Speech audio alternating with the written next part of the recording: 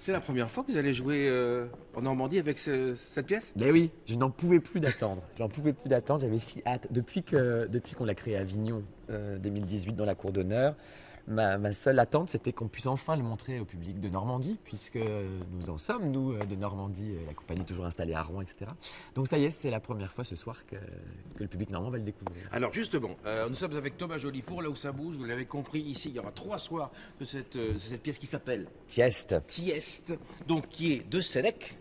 Donc c'est très... C'est 1er siècle après Jésus-Christ, donc ça ne nous rajeunit pas. Hein. Et on voit que Sénèque était le précurseur de tout ce qu'on voit aujourd'hui, à la fois dans les films, dans les séries, dans les pièces. Ouais, je crois que les films, les séries qu'on adore, type Game of Thrones, les grandes sagas, type Star Wars, etc., ont beaucoup emprunté à Shakespeare, qui lui-même a emprunté au théâtre antique, Sénèque. Donc effectivement, on a comme ça un glissement des mêmes grandes thématiques de vengeance, de meurtre, de très gros enjeux, de personnages monstrueux qu'on retrouve et qu'on adore hein, toujours, mais qui selon les siècles ne prennent pas la même forme. Voilà, aujourd'hui ce sont des séries, des films, mais aussi des pièces, puisqu'on peut encore jouer Sénèque.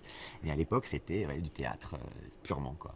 Alors ce qui est incroyable, Thomas, c'est qu'on se connaît déjà depuis, je sais pas... Eh ben, longtemps. je sais depuis combien de temps, ça fait 10 ans. 10 ans. Parce que c'était 2009, Cherbourg pour Toa, Exact. en janvier 2009. Sacha Guitry. Sacha Guitry. Absolument. Ouais. Et depuis, votre parcours n'a cessé de se développer, Ouais. Molière, Oui. etc. Donc un homme heureux, et vous avez les moyens de vos ambitions aujourd'hui. On voit le décor ici. Oui. Vous en rêviez d'avoir ces moyens-là? Bah, c'est surtout que plus la confiance qu'on m'accorde au fur et à mesure des projets qu'on me propose de faire me permet effectivement de déployer un langage scénique. On se souvient nous-mêmes que dans les premiers spectacles, c'était fait avec des petites ampoules, des confettis découpés nous-mêmes, etc. Et plus on accède à des grands lieux et à la confiance de ces grands lieux, plus on peut développer effectivement un langage scénique. Après, vous voyez, les ampoules, elles sont toujours là. Je reste ce que je suis. Moi, j'aime toujours le théâtre de bricolage, d'artisanat, un théâtre très proche de l'humain et très en lien aussi avec le public. Ça ne change pas. Même si ce décor est imposant, c'est vrai, c'est juste un décor. Et c'est pareil, des sculpteurs, des peintres qui l'ont fabriqué parce qu'il fallait trouver une dimension onirique et mythologique à cette mise en scène. Voilà. On est à Caen, on n'est pas à Avignon. Quand on voit les images d'Avignon, on se dit il y a beaucoup d'espace. Il y a peut-être un peu moins d'espace ici. Alors, Il a fallu changer beaucoup de choses. ouais, on a réadapté le spectacle évidemment, mais Avignon, c'est On y va unique. On va On va regarder. Avignon, c'est unique parce que c'est la cour d'honneur, on ne peut pas la reproduire. Je pense d'ailleurs que ce serait une erreur de vouloir se dire je fais comme à la cour d'honneur, on ne peut pas. Il n'y a pas le ciel, il n'y a pas les oiseaux, il n'y a pas le vent, etc. Par contre, donc on perd tout ça, je ne peux pas le nier. Par contre, on gagne plein d'autres choses. On gagne un toit, on gagne le silence, on gagne la proximité avec les gens aussi, dans le rapport. Et puis du coup, ce décor ici, qui se resserre un petit peu, qui est le même, hein, qui était dans la cour d'honneur, donne une impression, à mon avis, moi j'aime bien, une espèce de chose assez gloutonne, quoi, une chose encore plus monstrueuse que ça ne l'était à la cour d'honneur. Donc on perd des choses, mais on en gagne d'autres.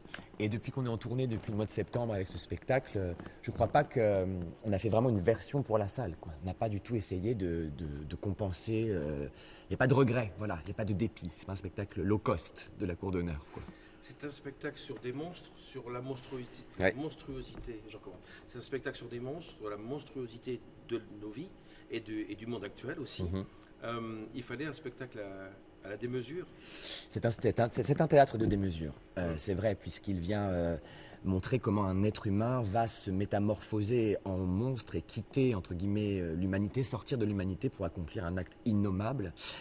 Et donc il fallait donner une dimension mythologique à cette œuvre-là, d'où ce décor, entre guillemets, monstrueux, qui évoque aussi la science-fiction, parce que on a beau se dire que c'est étrange, en fait ce qui se rapproche le plus du théâtre romain aujourd'hui, ce serait le cinéma de science-fiction par rapport à des petits êtres qui sont soumis à des forces plus grandes qu'eux. Aujourd'hui, des extraterrestres ou des monstres. À l'époque, les dieux hein, qui environnaient les personnages, les cataclysmes, enfin ce genre de choses. Donc c'est vraiment une espèce de spectacle onirique, plutôt à tendance cauchemardesque hein, quand même, clairement, puisque c'est une tragédie. On peut le déconseiller aux plus jeunes, c'est ça? Non, enfin oui, enfin je sais pas en fait. Moi je sais jamais comment dire avec les âges, parce qu'il y a des jeunes gens, des jeunes enfants de 8-9 ans qui ont adoré Thiès, qui n'ont pas du tout été traumatisés, et puis il y a des adultes qui tombent dans les pommes tous les soirs. Donc en fait, J'ai l'impression que c'est, vous savez, les histoires qu'on raconte aux enfants sont des histoires monstrueuses. Le Petit Poucet, c'est affreux. Enfin, il y a plein de contes terrifiants. Donc en fait, j'ai l'impression que c'est vraiment en fonction de la sensibilité de chacun, voilà. Mais par contre, c'est sûr qu'on ne rigole pas beaucoup dans Tieste. En revanche, Thomas, j'ai envie de vous dire, ça doit être un plaisir d'acteur immense. Et vous êtes metteur en scène, mais vous n'oubliez pas, vous êtes acteur aussi. C'est la base. C'est même mon premier métier. Et je tiens à ce premier métier. Vous savez, moi, je m'inscris dans une... j'ai envie de m'inscrire, parce que je ne sais pas si j'en ai... comment dire, le mérite, mais en tout cas, les grands acteurs comme Villard, qui est metteur en scène aussi, Vitesse, qui était metteur en scène aussi, Jean-François Sivadier, Stanislas Nordet, bon bref, il y a plein de metteurs en scène qui sont d'abord des acteurs. Moi, je fais partie de cette famille-là, je crois, j'ai envie d'en faire partie en tout cas, donc je n'oublie jamais ce premier métier. Et la grande chance que j'ai, c'est que je travaille en compagnie, depuis 15 ans avec les mêmes acteurs, les mêmes actrices et les mêmes équipes de créateurs techniques, artistiques, lumière, son, etc.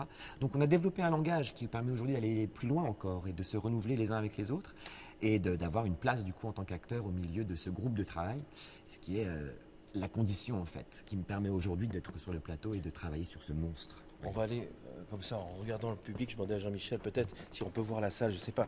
Il est face lumière. Quand vous êtes là, face au public, vous ressentez une émotion que vous ressentiez quand vous étiez enfant et que vous disiez j'ai envie de faire du théâtre. Ouais. Ça vous fait la même chose? C'est jouissif. C'est quand même l'art de l'huissier maintenant. Donc, en fait, chaque soir est une émotion nouvelle, neuve, qui ne peut pas être... On ne peut pas s'habituer et on peut pas... moi, je ne peux pas me blaser de cette émotion-là. Et d'autant plus ici, quand on est à Caen, parce que c'est là où j'ai grandi, où j'ai commencé le théâtre aussi. Et puis, particulièrement ce théâtre, parce que la dernière fois que j'ai mis les pieds, c'est assez émouvant, c'était le lendemain des attentats de novembre 2015. Et avec le public, nous avions vécu ce moment ensemble de désarroi, de stupeur. Le lendemain, nous ne savions pas exactement comment remonter sur scène et puis comment venir voir ce spectacle. Bon, bref, et ça a été une vraie consolation, une vraie force qu'a montré le théâtre d'être ensemble, de lutter contre l'effroi et d'essayer de trouver des mots pour formuler l'incompréhensible et l'innommable. Et c'est la dernière fois que j'ai posé les pieds sur ce plateau, c'était ce moment-là. Donc forcément, quand je reviens ici, j'ai ces souvenirs qui reviennent et ils sont à la fois tristes, mais aussi très émouvants. Voilà.